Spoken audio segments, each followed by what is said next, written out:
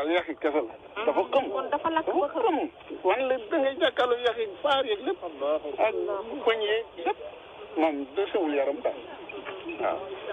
ban message ngay lancé ci loolu papa. ah mais li ñëpp di lancé rek parce que fi ne ñun dictateurs yi dañoo sonal fi ne dañoo sonn réew mi bëggatuñu dara fi ne ñii nañ fi jóge abal ñu yaa dégg nga buñ ñu xañ suñu Ousmane Sonko bi parce que xañ nañ ñee jiitu woon Ousmane Sonko mais kii nag moom ci la suñu bakkan yi des ci la suñu bakkan yi des Ousmane Sonko mii dañ ko bàyyi wala ci la suñu bakkan man Kër Madiabel laa jóge de comme dëkk Moustapha Niass fa laa jóge waaw maa ngi ñeneen ñoo xam ne si ñu ngi jóge ba Kër Madiabel fu nekk ci réew mi pour manifester parce que dañoo sonn waaw moo gënoon nag ci ñoom waaw parce que am nañ defet ba pare te loolu lañ doon bay am nañ ko. voilà jërëjëf mbokk yi kon nag kon niñ ko waxee rek ñu dugg si ci waxtaan bi tey ni ñuy njëkk def mooy bàyyi ku ci nekk mu nuyoo dañuy njëkk a jox ki nga xam ne mooy candidate bi di Aïcha Touré soxna Aïcha ñu bàyyi la nga nuyoo ak auditeurs yi balaa ñuy door waxtaan bi. waaw jërëjëf El Hadj maa ngi lay nuyu tàmbale ci yow di la remercier ci invitation bi di nuyu ñi ma bokkal plateau bi muy sama frère Ousmane Tounkara ak Mouhamadou Lamine Ndiaye waaye sama sister Marie-Jeanne mu am mbégte lool te yow xam naa ne xam nga ko jàkkaarloo yow ci émission ndax bii ce n'est pas la première fois ñu jàkkaarloo ndax daan naa la fekk sa rajo Sunu Afrique nga dékk ñu micro en tant que citoyen sénégalais ñoo xam ne dañuy résider ci diaspora bi ñu wax seen xalaat ci li nga xam ne moo xew suñu réew ndax naam Sénégal sori na waaye li ñuy wax genn golo gudd na waaye loo ca laal borom yëg ko te defe naa soo nawul woon suñu xalaat doo ñu invité kon tey bu ñu tolloo fii nga wooñu ñu bokk ci njabootu Yewwi Askan Wi ñëw di ci wax dañ ciy gën a sawar donc on est doublement ravis bokk ci émission bi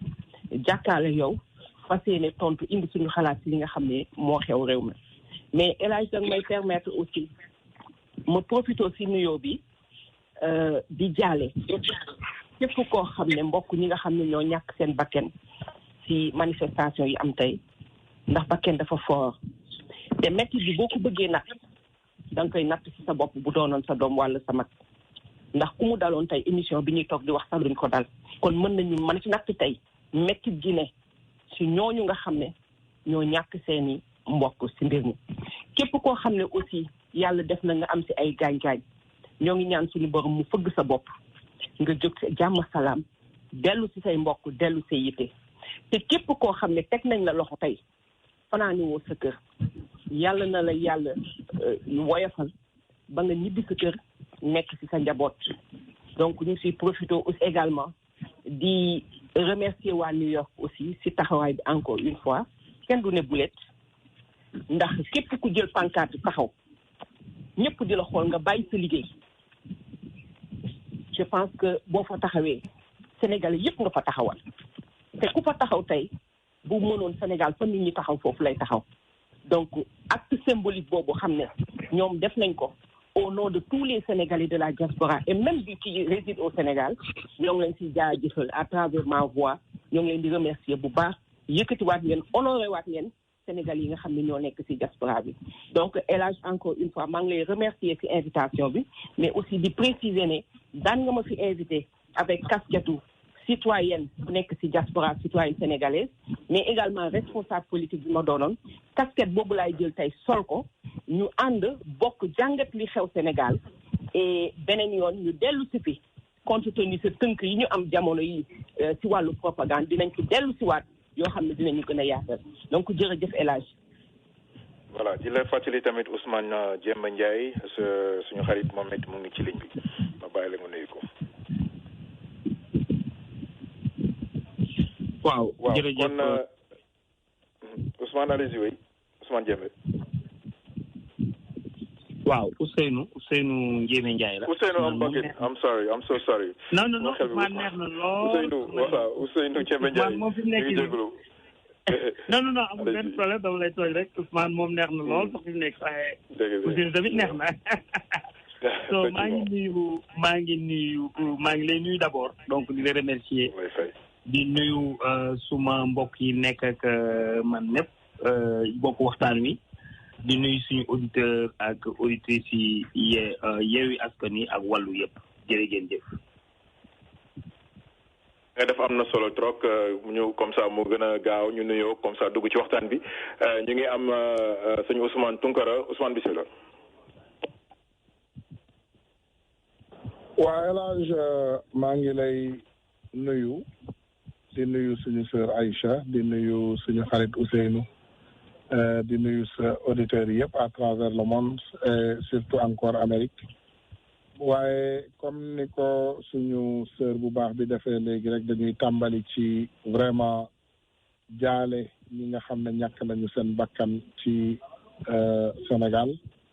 di leen jaale seeni waajur di ñaan yàlla mu xare leen àjjana di aussi massaw ñi nga xam ne aussi ñoom ñoo am gaañ-gaañ ci gouvernement bu irresponsable bi ak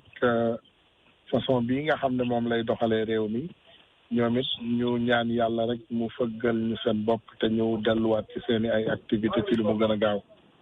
voilà donc El Hadj ma dellu la kàddu gi ba ci kanam. jërëjëf ñu dellu soit yow léegi ñu ngi am tamit suñu sœur Marie-Jeanne ñu bàyyi la nga nuyoo. waa El Hadj maa ngi leen di nuyu yéen ñëpp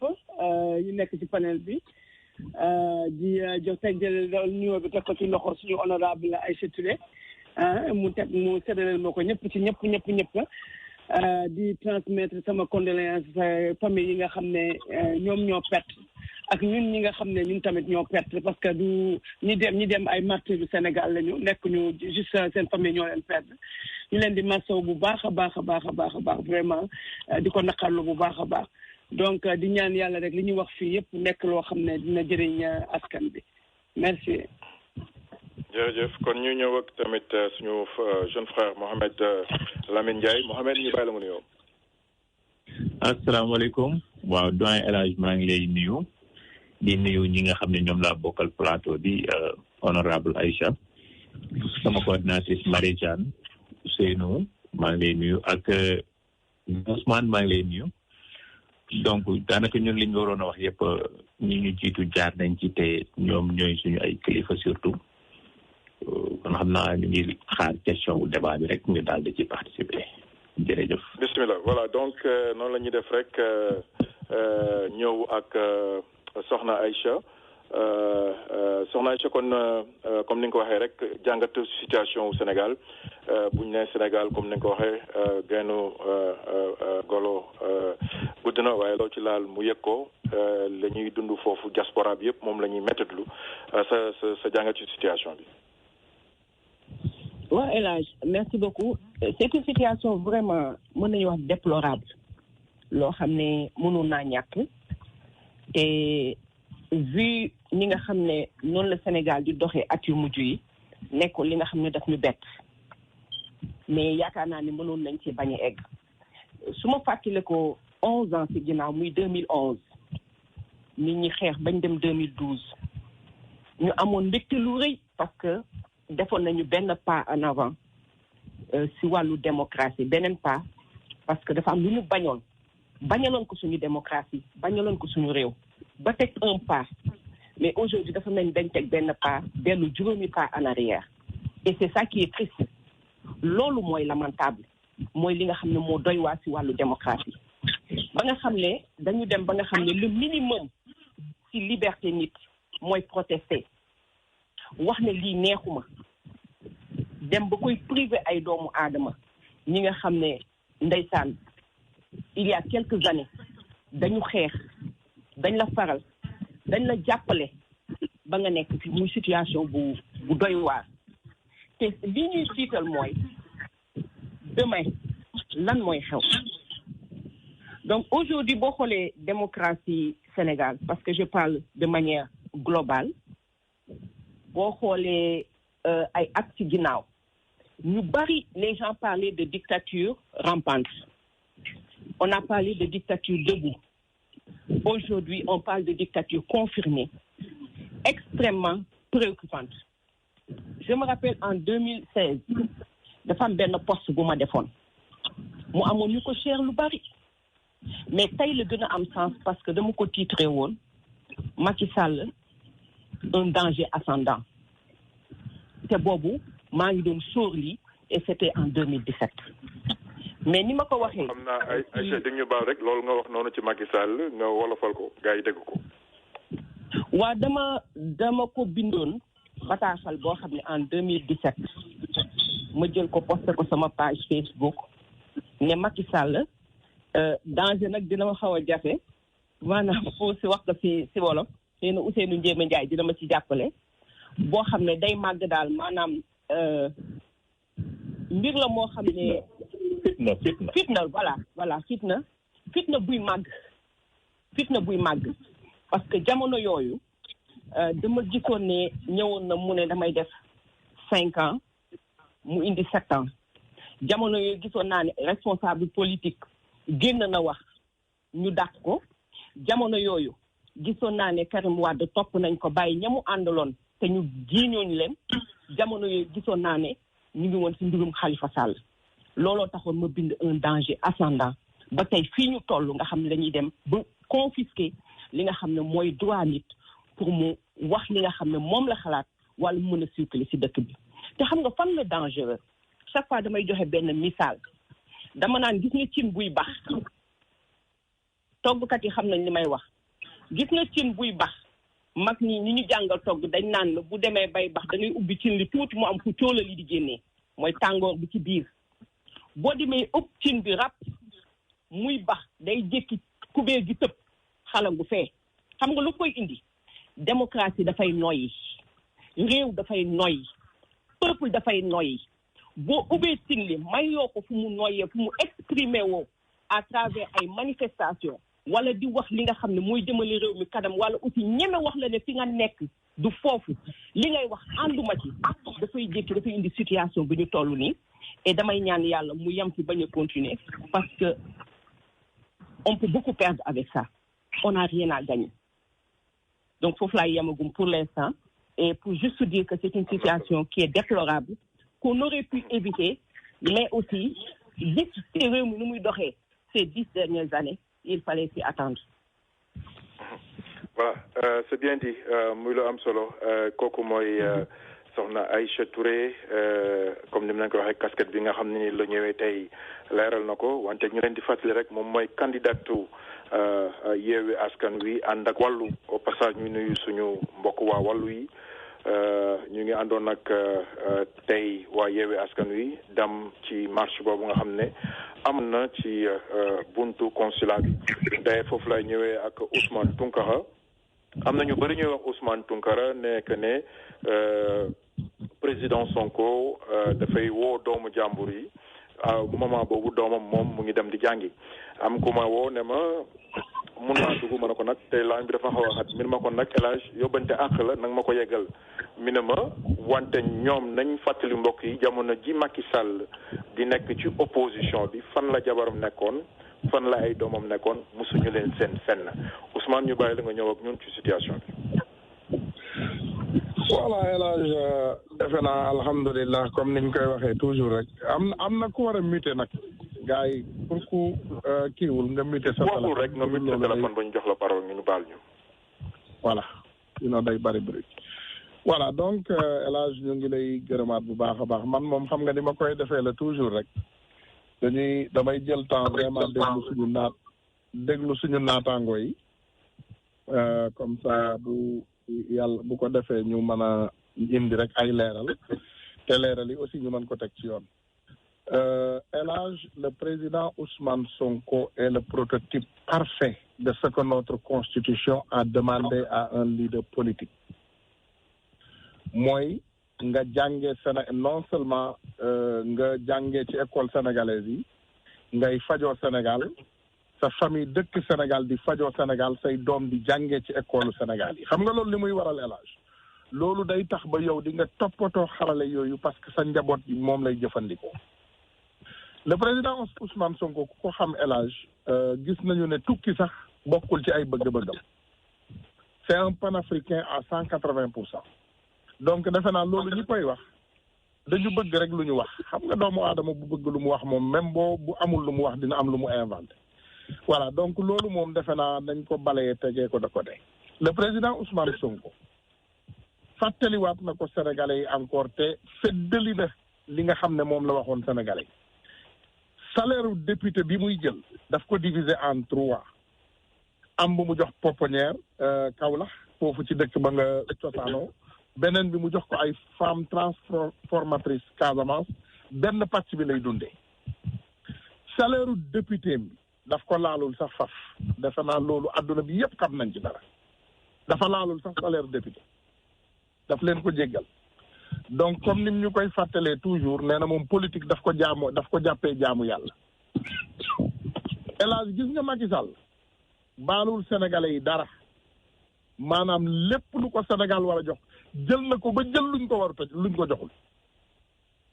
donc je pense que Sénégal tey ñun yeewu nañu assez loolu moo tiital suñu mbokk yi en fait dara tiitalu leen mooy li sénégalais yi yeewu xam nga élage man dama déglu sama naataango yi fi génn sànq kenn kii jarul may tudd turam mooy naar bi xam nga damay tooj rek waaye naar moom dañu daan ne naar a dee ci biiram waaye moom bu xasee ba nekk naar moom ci boppam moom li muy génn ci gémmiñ yëpp xam nañ ne safaan la lu ci bari safaan la day génn rek di wax lu ko neex xam nañ ko on la connaît lui sama mbokku Neddo ko bandum bi moom sentiment wu Neddo ko bandum bee ko fa fekk rek moom day farle moom frère am moo fa nekk Neddo ko bandum moom day yóbbaale rek ndeysaan donc élage nañu respecter sénégalais yi il faut ñu jël temps respecter sénégalais yi parce que am na ci keneen moom koo xam ne moom xam ñoo ko xamandoo waaye jarul ma ci yegg lu bari bis biñ ma nee sama sœur bu baax boobu dugg na ci politique maa ngi fàttale ko 3 semaines avant muy dugg ci politique business bi mu nekkoon dafa fay maanaam bitig bi mu doon roon dafa bankrupt bitig bi ñu tëj ko saisir bitig bi nangu ko ay lépp maanaam karnaare bitig bi xam nga ni marshal bi di def tëj boutique bi ndeysaan mu cëppi dégg na fële APR ñu ngi joxe xaalis rek mu dem dugg ci politique xam nga ñooñu duñu suñu ay nawle loolu il faut sénégalais yi xam ko ñii fi jóge léegi duñu suñu ay nawle on ne bat maanaam dañu boxewul dans les mêmes camps parce que kenn ku fi nekk ci ñun tey muy Marie-Jeanne xam nga lu muy liggéey muy soxna Aïcha xam nga ne am na xëy muy grand Lamine muy suñu frère Ousseynou muy El Hadj Ndaw yow mii kenn ku nekk ci ñun muy Ousmane Tounkara sax au moins man ngaa ne Ousmane de wax dëgg yàlla bi ma ko xamee ak léegi am na travail am day dem defi liggéeyam ñëw amul kenn koo xam ne mën na koo rapproché dara donc je pense que côté boobu tontu nañ ko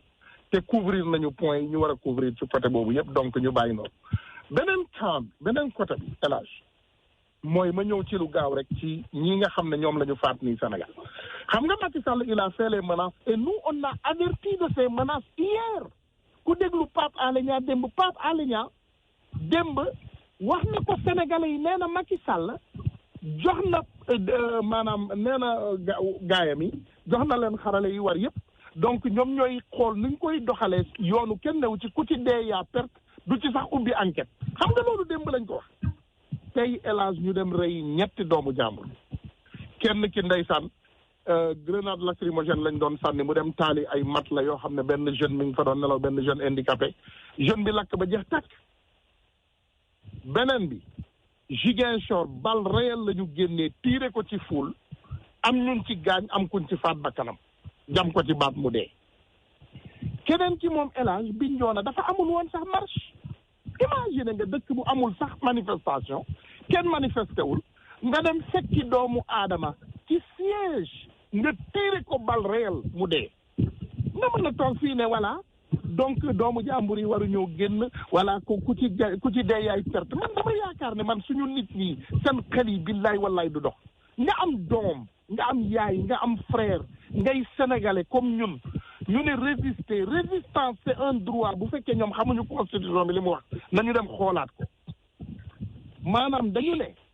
boo yoree njiit boo xam ne vraiment day daf la bëgg a jaay doole pour nga résister loolu droit la constitution moo la ko jox élage ma jéggalu ma yemale fii kàddu bi ba ci kanam bu ñu accaparé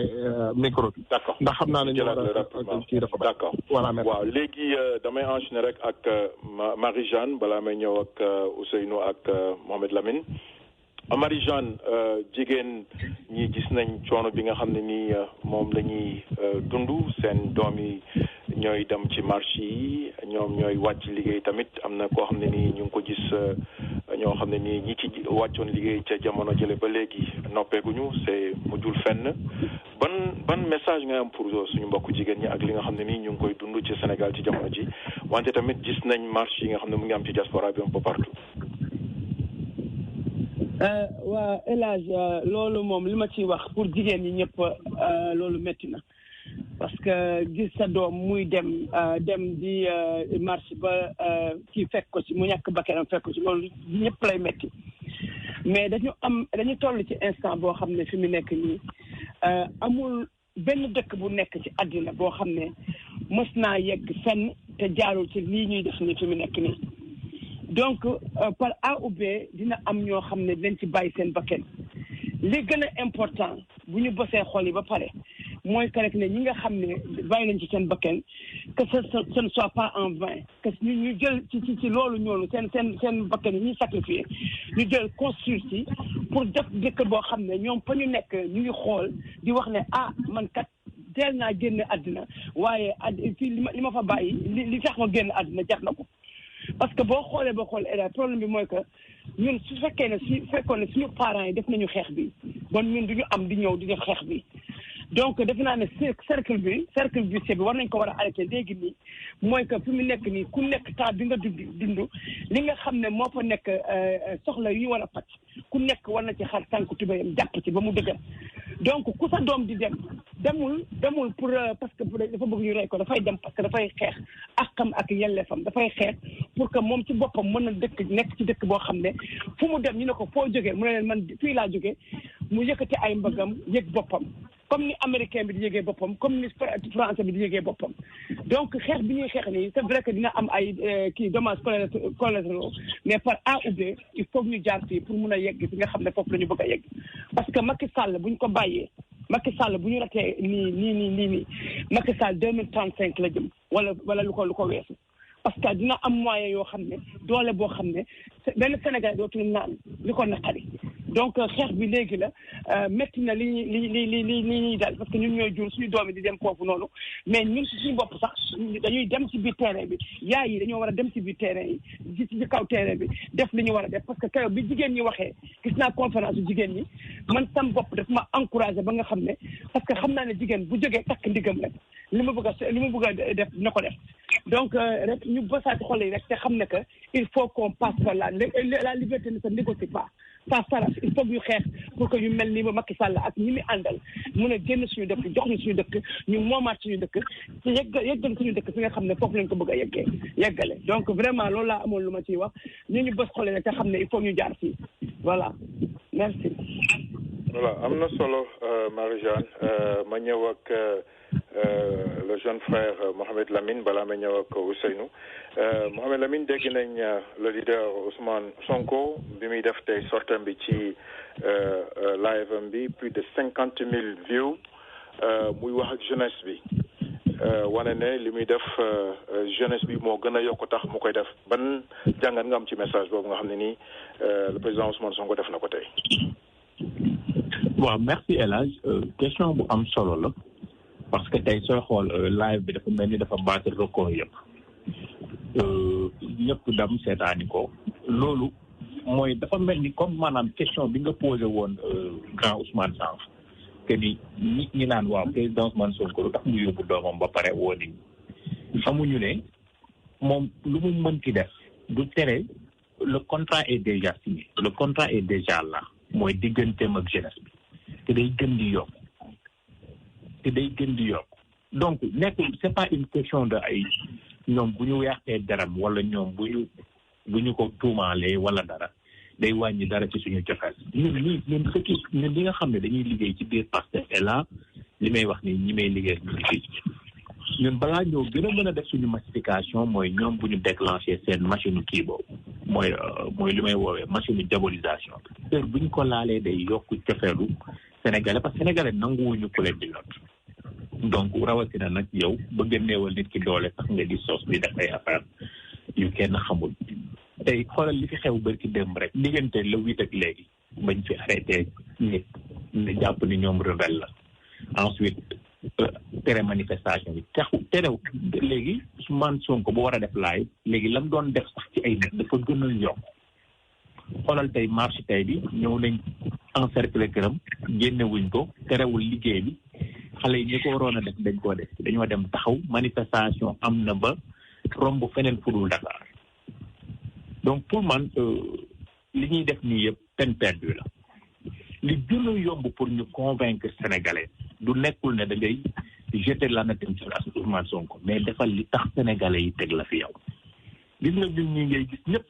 comme sànq ni ko sama grand su am waxee kenn ku ne am na ci lu muy sutur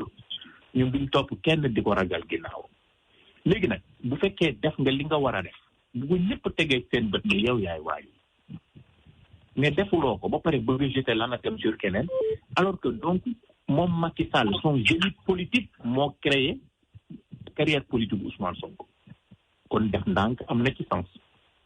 donc def ndànk daf ciy am sens kon xam naa ne damay daal di yemale foofu rek mais sama frère Ousseynou voilà ñoo jàllaat ci beneen question. jërëjëf Mohamed waaw Ousseynou comme ni ko Mohamed waxee léegi rek mais gis nañ bi ñu accordé manifestation bi y a eu plus de 300 000 personnes c'est teewul nit ñi ñëw nañ ci jàmm dem ci jàmm y a pas eu de problème tey ñu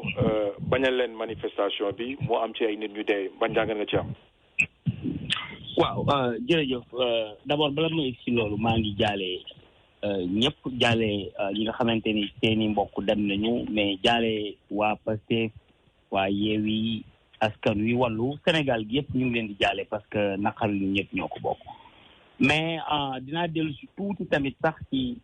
doon wax li tax muy dawam di jaale dem di jàngi man yaakaar naa ni da ko war a na gisee neneen fekkante woon ni Ousmane Sonko dafa bëgg a rawale ak njabootam kon bu boobaa ak njabootam duñu leen gis ñuy dem di jàngi xamuñu sax kiy jàngi yan at la am mais wane na ci suba di teel message la lancé dara war naa mën a bañ a xew man sama njaboot a ngi dem école di jàngi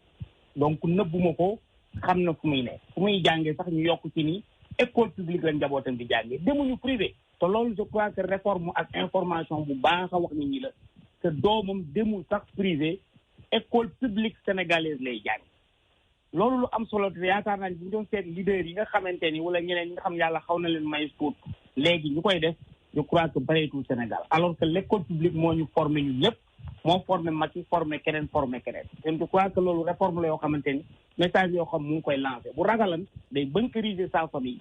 du ñu dem fenn kenn du leen gis kenn du xam ci ñoom leen mais wan na leen ci suba teel que ni man de sama njaboot génn nañu donc ragaluma génn leen ci biti ñu ngay dem ca lañ war a dem kon ñëpp nañu dem jàngi jàmm rek mooy am loolu message la mais malheureusement je crois que décortiqué wuñ ko maintenant nag li nga xamante ni am na te jamono bee c'est la preuve parce que wane na ni manifestation non seulement c'est un droit ñu def ko mu nekk des milliers et des milliers de personnes nit ñi dem ca place ba wax la ñuy wax jóge fa amul dara ñu dem sax pompe place bi ba mu set ramasser lépp loolu leçon la boo xam ne moom lañ ci war a tiré maintenant nag nit ñu bari ñoo ñee ñu gis loolu lañ bëggaatul woon mu am loolu moo leen jaaxal te bëgguñu woon te discours bi mu njëkk bi mu def bi bien avant dale ni nekk leen 3 fois donc nañ ko multiplier te kon léegi na nga xam ni sama sœur mos na ma ko wax Aïcha waxtaanoon nañ ci mooy wax ni ma manifestation bu ñu tere foo ko manifestation bu ñu tere wala bu ñu terewul sax ci opposition foo gis première manifestation bi bu 1/3 demee am na 2/3 yu demul donc ñoom ñu yaakaar ni comme bee passé nit ñi bari nañu lool te nit ñi xawoon nañ cee tiit amul benn problème bi yoon bu ñu bàyyee mu jàll kon dinañ gis loo xamante ni kenn musu koo gis kenn musu koo gis dina wane ni ci dëgg-dëgg sociologiquement Macky Sall moo mënatul téyetul dëkk bi xañ na loolu lañ doon bañ ba tax ñu indi lii mais gis nañ ñu demee ne neneen bakkan tuuru na ci nag mais li ma ragal fi mu nekk nii parce que tàmbali rek moo jafe te yaakaar naa ni fon yi di ñëw ñaanu mu ko woon yàlla kenn ñaanu ko yàlla bëgg nañ vraiment tamit mu yem fi te dëgg-dëgg ñu nekk ci jàmm ñu dem ci élection wu jàmm mais attention li ma gis fi mu nekk nii moom tiital na ma ndax tàmbali dong moo jafe mais bu xisee tàmbali gi gisee am kenn xamul fu muy yem ñaanuñu ko nag yàlla te dëgg-dëgg de bu ñu sañeen ci dëgg-dëgg à partir de li xew tey mu tiire mu wax Macky Sall ay leçon mu leeral ko lu leer mu xam ni fii fi mu teg tànkam du loolu malheureusement nag gaynde gu déggul du gaynde sax quoi xaw ma lu mu doon muus la xaw ma lan gu déggu jat waaw du gaynde day kiilu rek mais du dara mais li ma gën a métti ci affaire ci dëgg manifestation moom am na fépp am na fu ñu ko yaakaar mais li ma gën a métti déglu leen discours yi Macky Sall en 2011 2009 2010 2011 nga xool Macky Sall tey bett nañu bëree moom ci boppam sax bu dégloo woon boppam bu dégluwaatee boppam dinañ ko dëgg-dëgg man ku ma doon man dëgg ku ma doon jërëjëf foofu laay yem pour l'instant jërëjëf. jërëjëf Ousseynou balaa may ñëwaat ak ki nga xam ne mooy Aïcha Touré soxna Aïcha mu ñëw ñoon ci arrestation yi nga xam ne ni am na ci le mandataire Déthié président Déthié ak suñu jigéen bu wàllu askan wi Mame Diarra Fam ak le frère maire de Guédiawaye Ahmed Aïdara ak ñi nga xam ne nii ñoo doon garde corps le président Ousmane Sonko yooyu yëpp am na ci jàngat yoo xam ne nii le président Ousmane Sonko wax na ko ci live am mais bëgg naa ay su ñëw ci ñun lan lañ mën a gisee jàngat ci arrestation yi nga xam ne am na mais balaa boobu ma ñëw ak yéen ci yóbbante bi ma leen waxoon ne lu am solo li nga xam ne nii ñu ngi koy préparer semaine prochaine ñëpp bàyyi ci xel ñëpp jàpp ci. asalaamaaleykum la diaspora sénégalaise asalaamaaleykum les patriotes de la diaspora lan moo xew ñu ne un grand fundraising dîner de gala organisé par Mojib and GPS United States. Les femmes de Mojib ak les jeunes de GPS United States ñoo organisé un grand dîner de gala ñu ne kañ la ñu ne c'est le samedi 25 juin 2022 ñu ne fan la ñu ne adresse bi nekk 897 Melrose Avenue ci Bronx New York sur la grande salle ñu ne bés boobu nag dañ ko parrainé kan ñu ne monsieur Ousmane Tounkara l'infatigable Ousmane Tounkara le patriote Ousmane Tounkara l'activiste Ousmane Tounkara bés boobu waa Mojib ak GPS United States nee na yow yaa ko moom ñu ne bés boobu kañ leen ko jagleel ñu ne kan ñu ne monsieur Mor Ngom ñu ne bés boobu kañ leen ko jagleel ñu ne le grand patriote Pa Ndiaga Niang jigéenu Pastef nekk ci United States ak ñi nga xam ne ñooy jeunes yi ñoom ñoo lëkkaloo jël bés boobu teg ko sa loxo ñu ne bés boobu kañ leen ko jagleel ñu ne ñu ngi ko jagleel Baye Zal le jeune patriote ki nga xam ne moo jël le président Ousmane Sonko def ko ci xol bi ñu ne bés boobu yow yaa ko moom ñu ne bés boobu nag dañoo am des invités d'honneur des invités de marque ñi nga xam ne dañ leen kalalal le tapis rouge ñu dem ba ci biir ñu gën ci xàmmee kan ñu ne bés boobu nag les femmes et les jeunes patriotes de United States ñu ngi ko jagleel tous les coordinateurs de section yu nekk fii ci United States bés boobu ñu ne yéenay fa nekk les invités d'honneur ñu ne ñu tegal ci kan ñu ne ñu teg ci karimiste bu mag bi muy kan muy la dame Pourmera Diop madame Pourmera Diop waa femme Pastef ak la jeunesse de Pastef United States nee nañ bés boobu yow ci invité d'honneur yi nga bokk yow mu nga xam ne tu es investi sur la liste nationale de Wallu Sénégal ñu ne bés boobu kan lañ ko jagleel ñu ngi ko jagleel madame Ba Yaye Assou les femmes patriotiques la jeunesse patriotique de United States nee nañ bés boobu sa bés la ñu ne bés boobu kan lañ ko jagleel ñu ne madame Ndeye Fall bu PDS yaa ngi ci tapis rouge bi nekk ci invité d'honneur yi ñu ne bés boobu kan lañ ko jagleel ñu ne madame Arti Diop Mojib Italie ak kan ak Ngone Ndoye Mojib France jigéenu Pastef bu United States nee nañ bés boobu dañ ciy woo waa France di ci woo waa Belgique di ci woo waa Italie bés boobu nag ñu ngi ko jagleel Adama Diop bés boobu nag ñu ngi ko jël jagleel ko monsieur El Hadj Ndaw bu rajo New York ki nga xam ne moo fi toogal madame Aïssatou Mbodj bés boobu nag ñu ngi ko jagleel kan ñu ne monsieur Alioune Dieng bu grand parti toogal fii Malick Gakou bés boobu kan lañ ko jagleel ñu ne Khady Gueye madame Khady Gueye Khady Gueye mi nga xam ne kenn du ko natable ci engagement am ci patriotisme ci côté kan ci côté le leader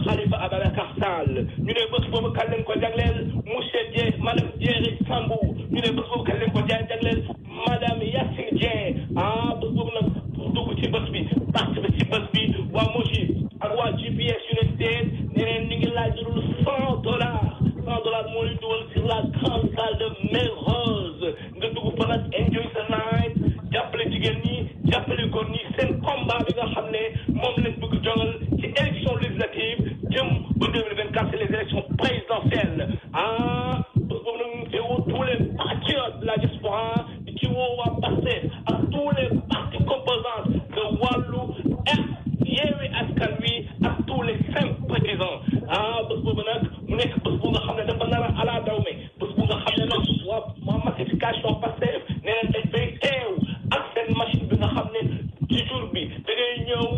ci jour bi nekk ko membre Pastef ci jour bi da ngay ñëw ñu defal la carte de membre ci jour bi inscrire la nga am sa carte numérisée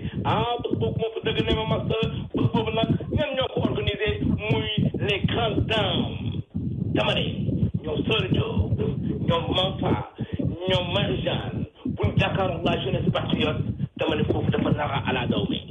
le 25 juin 2022 sur la grande salle de Mermoz avec la jeunesse patriotique ak Moji Ministère foofu dëgg ne ma master. voilà jërëjëf kon ñëpp ñoo ko déggoon ñu préparé ko mu nar a nekk lu am solo li ñu ci jublu rek mooy am ci ay fonds yoo xam ne dinañ mën a préparé li nga xam ne nii moo di législative ak présidentielle muy loo xam ne nii xeex bu noble la. ñu ngi maa ngi ko doon wax léegi soxna Aïcha donc ñu ngi yegg si presque ci jàppandool bi arrestation yi gis nañ ko ci quelques de nos leaders ñu bëggoon ci am sa jàngat. waaw merci El Hadj parce que arrestation boo ko xoolee am na ci ñaari député yoo xam ne ku xam député muy kii Mame Diarra Fam je pense ak Déthié la muy ñi nga xam ne dañuy bénéficier aussi immunité parlementaire loolu day wane rek jaay doole ndax maa tey bi nekk Sénégal fi ñu toll et situation bi ni mu préoccupante ndax buñ leen di téye dafay fekk ñuy def délit boo xam ne dafa ne fàng ba nga xam ne amul benn werante te fuñ ci nekk ban lay jàpp ñu la ci li nga xam ne sax yoon da koy tere te loolu daf may yóbbu wax ci ne dama ko yàgg wax dañu am président boo xam ne dafa juum ci peuple bi mu jàkkaarlool waaye dafa juum ci époque bi muy dund jamono bi mu nekk il se trompe de peuple et de période gis nga jamono yi nga daan téye ay leader mu casser le rythme maanaam mu tax nit ñi dellu ginnaaw jamono yooyu nekkatuñ ci léegi da ngay téye leader nit ñi gën a mer seen colère bi gën a yéeg ba mu indi la li nga xam ne bàyyi woon kooku mooy gën ci yow te defe naa événement mars yi wane na ko gis nga Afrique laay wax dafa nekk tournant bu décisif boo xam ne moom la ñu am ci histoire de l'Afrique gis nga tey la preuve sànq yaa ngi wax ne il y a eu à peu près 50 000 vues en direct ci page am mu dem 300 000 vues ñooñu daf lay leer ne ñu ci bari dëkkuñu Sénégal et que Afrique yëpp ñu ngi ñuy xool au plan international ñu ngi ñuy xool te dañuy dem bay def ay commentaires ci live bi dimension boobu nga xam ne combat bi moom la am léegi man je pense que moom amul conscience loolu moo tax ma ne il se trompe d'époque parce que gis nga am na ñu jiitu leader yi muy par exemple boo jëlee exemple président Ousmane Sonko am na leader yu ko jiitu ils étaient aussi pertinents projet yu ñu yoon projet yu am solo la mais la seule différence suñu toll yi ñaari mbir la benn bi mooy la communication ndax communication bu amul wala xarañte biñ ci am léegi permettre woon nit ñi di def li ñuy wax mooy lutte synchronisée maanaam xalaatu ki nekk Guinée mën a dëppoo xalaatu leader bu nekk Sénégal wala bu nekk Burkina Faso te ñoom ñëpp ñuy woote souveraineté Afrique ñuy déggante communication mayewu ko woon ñaareel bi mooy communication bi mayewul woon leader bi lu muy xalaat mu mën koo tax ba mu yegg ci askan wi te loolu mooy conscientiser askan bi te askan bi bu amul conscience ci combat bi nga xam ne moom la leen di modèle mënoo am li ñuy wax l'adhésion populaire pour que le peuple adhère au projet il faut que ñu xam projet bi li ci ne te projet pour ñu xam ko il faut communication bi jàll loolu mooy tax tey Ousmane Tounkara mi tollu tey Amérique ki nekk Kédougou xam ko ki nekk Ndar xam ko am ñi nga xam ne peut-être dinañ ko sopp ba nga xam ne dañuy xaar laay bam pour dégg ko pour déglu ko donc c'est extrêmement important loolu ma bëggoon ko indi et que Sénégal dafa nekk peuple boo xam ne il se trompe de peuple pourquoi parce que peuple Sénégal bi mu jàppoon ne boo ko xoxatalee mu dellu ginnaaw pourtant dañu fàtte mais 2011 bi Sénégalais yi génnee biñ leen bëggee jaaxal dañu génn de juin 2011 à janvier 2012 amul benn weer bu 23 boo xam ne sénégalais yi manifesté wuñ ko ba moom mu dem Wade bi fi nekkoon dem moom mu ñëw toog diggante boobu yëpp vide bi fi amoon ñu bari dañ defoon ne loolu dafa dee ci sénégalais yi pour wax leen ne sénégalais peuple bu patient la mais peuple bu am fulla la ña toogoon tey seeni rak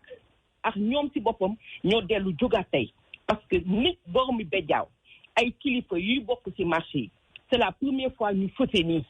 ci li nga xam ne mooy marché di jóg pour Sénégal delluwaat ci souveraineté parce que su ma nee dellu day mel ni daf ko mësoon a am mais léegi dafa gën a yàqu mais en fait ñun ñëpp xam nañ ne depuis 1960 ba léegi li tax ñuy wax un pays indépendant lu tax ñuy wax un pays souverain ñun mësuñu ko am donc arrestation yi jàngat bi ma ci am ci tënk élage mooy ne dafa juum et maa ngi de yaakaar ne dina leen bàyyi nu mu gën a gaawee parce que dañuy bénéficier aussi immunité parlementaire te def ñu lu tax ñu war leen ko mën a téye te buñ leen fa téye je pense que lim leen di yàqal moo ëpp lim leen di defal parce que répression bi ñuy def dañ koy def pour que le peuple recule et je pense que ce n'est pas demain la veille parce que sénégalais lii ñu entamé nii man gëm naa ne liberté bi ñuy aspiré yeewu bi ñuy yeewu conscientisation bi nga xam ne léegi niveau bi dafa élevé gëw ma ne xoxotal yi ñuy def ni dina tax peuple bi dellu ginnaaw parce que gis nañ ci loo xam ne mosuñu ko gis et rassemblement 8 juin bi passé wane na ko. jërëjëf soxna Aïcha Marie-Jeanne ma bàyyi la nga joxaale ce dernier mot pour ce soir bi nga dégloo live le leader Ousmane Sonko lan nga ñu ci mën a bokk ak ñun lan nga ci sentir ak lan nga mën a duut baaxam ne lii wax na ko ci loo xam ne war nañ ko bàyyi xel. waaw man nag kii El Hadj su may déglu sama leader man dafa am fu may yóbbu daal. voilà donc kontaan lay def damay kontaan daf may gën a jox doole parce que fi muy jaar tout le temps dafay mel ni que rek musique la si sama nopp waaw parce que dafay jaar yoon mais li ma ci gën a jàpp mooy que on n'a pas le droit dafa ne on n'a pas le droit d'abandonner xeex bi te daf di mu wax loolu lu leer la on n'a pas le droit yegg ba fi ñu yegg nii di abandonner après bakkee ni ci wadd yëpp nii ak sacrifice yi ñuy def liggéey bu métti bi ñu ci def yëpp nii il faut qu'on réussisse ce pari là et donc daf may gën a encourager ma gën a jàppaan lépp lu ma doon def ma gën ko multiplier pour ñu mun a jeexal lii benn yoon lii ñuy def nii dinañ ko jàng ci histoire benn jour ne à un certain moment ba génération bii ñoom ñoo tax Sénégal yegg fi mu yegg génération bii moo tax Afrique yegg fi mu yegg parce que comme moom ni mu ko waxee fii dafa am loo xam ne dafa leer nañ jeunesse africaine moo dul nangooti li nga xam ne moo xewoon après avoir ñun bi ñu génnee ci suñu dëkk yi ñu génn sax jàng bi ku nekk li tubaab xam nañ ko li tubaab mën nañ ko bu ñu mënulee lu ko raw ñu ñëw nekk ak seen doom yi ci école yi nekk ak seen doom yi ci liggéeykaay yi nekk ak seen doom yi fu nekk ñu gis ne que ñii dara lañ ñu ëppalewul benn jeune dootul nangu tubaab di ko jiitu loolu dootul nekkati loolu c'est fini donc ñun on est à l'avance par rapport à nos dirigeants te bu yeboo ñu def ko seen bopp dootuñu ko nangooti donc maa ngi gërëm ñëpp vraiment en une minute rek nga wax ñu li ngeen di préparer semaine prochaine nga def message woo bokk yi lay déglu yëpp. waaw li ñuy préparer semaine prochaine loo xam ne la vraiment ñun ñëpp ñu ngi koy xaar ak impatience ndaxte dafa nekk occasion boo xam ne dañ ko créé ñun Mojib USA ak waa GPS pour une première fois ñu rencontré wu parce que ñun yàgg nañu def ay activités def ay fundraising pour def ay action sociale et tout mais mosuñoo gisante ñëpp ci réunion yi lay nekk ak ci Zoom ci audio yi donc voilà donc léegi on a décidé que pour une première fois on va se rencontrer à New York GPS joindre ñu comme ça ñoom tam ñu xamante seen biir mun na ñu en même temps ñu profité wàll defandoo ci fundraising boo xam ne nañu mun a utiliser xaalis boobu pour législative yi di ñëw pour suñu pour kii bi pour suñu candidat yi donc vraiment ñu ngi ñooñ ñëpp ñu ñëw invité nañ ci ñëpp bu ngeen boo dégloo publicité bi gis nga ne ñëpp a ngi ci yeewu askan bi yëpp a ngi ci waa wàllu yëpp a ngi ci ñi nga xam ne ñëpp bokk nañ ci suñu coalition bi ñëpp invité nañ leen waa ñun ñëpp a ngi ci biir donc vraiment ñu ngi encouragé ñëpp ñu ñëw teewee affaire bi voilà merci beaucoup voilà léegi Mohamed le jeune Mohamed jeunesse bi ban message ngay lancé en une minute ñu gën a jàppaat rek te sànq li ñu waxoon li Marie di wax noonu moo gën a am solo jeunesse Afrique bi yeewu nañ te dootuñu nalaw mukk fépp foo gis ci àdduna bi fi mu ne ci réewu Afrique yi ñu ngi xeex pour souveraineté boobu gis nga li xew Mali am na ay comité yoo xam ne ñu ngi leen créé pour ñuy récupérer objet d'art yi nga xam ne dañ ko jëloon ci temps yu yàggee yóbbu ko Afrique di ko delloo ci monde intellectuel bi monde académique Sénégal it loolu moo fa nekk donc mooy li président Sonko doon wax rek il faut que il est temps que xawma qu'en Afrique que nous voyons un souffle au moins xam nga d'un temps nouveau boo xam ne dina indi jàmm politique boo xam ne askan bee koy moom un Sénégal pour les Sénégalais foofu la maa lay nuyu maa lay gërëm di la. Merci beaucoup Mohamed. Voilà Ousseynou ce dernier mot pour ce soir nan nga jàngatee message yu président Sonko. waaw moi je crois que message bu am solo la joxe déjà joxe na ko à temps à minuit déjà génn na l'information a été donnée à temps mu mobiliser remercier ñëpp joxe situation bi ba ñëpp xam li xew Sénégal mais li ma ci gën a amal solo laal na foo xamante ni loolu moo doon Sénégal parce que depuis Senghor au moins wala cay maam ak maam lépp mu ngi fi woon mooy la nation sénégalaise par exemple muy mariage interethnique mariage même interreligieux donc une société boo xamante ni xamuñu woon poddi ko ci avec Macky Sall mu wane ni ca dëgg-dëgg moom loolu lay wër malheureusement pour lui nag yaakaar naa ni duñ ko may day koy gis nga suma gars yi génn léegi ci seen rajo bi parce que dama leen di déglu ñoom itamit comme ni Ousmane Tounkara waxee maanaam seen discours bi yëpp fi mu nekk nii mooy wane ni les Ousmane Sonko ay ñoom bi Marie Sagna ñooy ay rebelle lañu maanaam rebelle alors que la Casamance c'est la région non seulement la plus naturelle la région la xamante ni c'est plus soo si boo demee ethnie yëpp la région la plus africaine c'est la Casamance man foofu laa demee sama stage rural c'est la région la plus ouest africaine la plus sous-régionale boo xamante ni xam nga ni foo demee ba lébu ba par exemple ñu naan Joola fekk la sant man am naa ay Faal ñu ni Joola la sant Faal Joola la sant effectivement donc loolu lépp am fa ngay ñëw fii léegi bëgg a wax ay rebelle au nom d'un pouvoir boo xamante ni c'est éphémère day den ci nii wala ci nii mais je crois que loolu du ko am Sénégal loolu la ñu xamaloo woon jërëjëf Ousseynou am na solo comme ni nga ko waxee Casamance ñàkkoon na bañ a bokk ci Sénégal du doon lu wóor Ousmane Tounkara looy wax ci sa xarit bi message bi nga xam ne génne na ko tey ñu tëjee loolu. voilà damay indi ñaari leeral yu gaaw rek déjà tey Ousmane Sonko bi doomam di jàngi noonu école. fekk na ay jumtuwaay yu mel ni Sénégal set nee nañu Ousmane Sonko évacué na famille am yóbbu ko Casamance. donc fen yooyu leer nañ. ñu wane ne Ousmane Sonko famille am mi ngi Dakar. effectivement oui. xam nga loolu déjà mooy lëndëmal xel. beneen mbiru terroriste bi beneen mbiru kii bi ñuy wax mbir mi nekk Casamance rebelle bi ñuy wax ligne bi waaw. El Hadj Abdou Karim Sall ministre bi sàcc suñu orix yi te yàggul dara. barki démb la fi génn mu ne Ousmane Sonko est un rebelle il ne sera jamais président au Sénégal. barki démb. vidéo baa ngi fii. donc El Hadj di sant ñëpp di gërëm ñëpp di remercier nit ñi aussi vraiment si nopp bi ñu jox ci xibaar yi nga xam ne moom la ñuy jàllale doomu aadama yi di ko njëriñoo. te ñu lay remercier yow aussi di remercier auditeurs yi nga xam ne ñoom la ñu bokkal plateau bi yëpp tey. di ñaan yàlla rek lii bu mu gëj parce que defe naa plateau bi moom tey vraiment riche na trop. wa asalaamaaleykum wa rahmatullahi wa barakaatu. voilà Aïcha Touré di tàggoo am nañ suñu jigéen di ko happy birthday Assenatou Ba dëkk Casamance Assenatou Ba noo jàngatee en une minute birthday lady. waaw thank you xanaa kontaan ci affaire bi di ziar bu nekk ci plateau bi yëpp vraiment affaire bi am na solo te dama bëggoon dugg depuis sànq wax benn flash bu ndaw rek pour nit ñi fàttali delloowaat seen xel yi ñu génne affaire Casamance bi ñu dugal ci politique parce que dafa complexe ba pare am na lu am loolu du sax pouvoir bi kese ñu nga koy wax même am na yeneen sénégalais yu wax ni ay opposants lañu mais dañuy incarner affaire boobu man loolu dama ko fonk Casamance dafa nekk benn Sénégal la bokk boo xam ne Asanatu temps bi njëtt nañu de façon dinañ ci ñëwaat incha allah xam naa suba incha allah merci beaucoup happy birthday again happy birthday thank you voilà merci beaucoup voilà Aïcha donc en quelques secondes le dernier mot pour ce soir waa di remercier ñëpp et puis di promettre di dellu si waat fii et incha allahu rabbi foofu ci New York sax si lañ bokk parce que mouvement des femmes ñoo xewle donc incha allah dinañ fa ñëw di sant ñëpp di gërëm ñëpp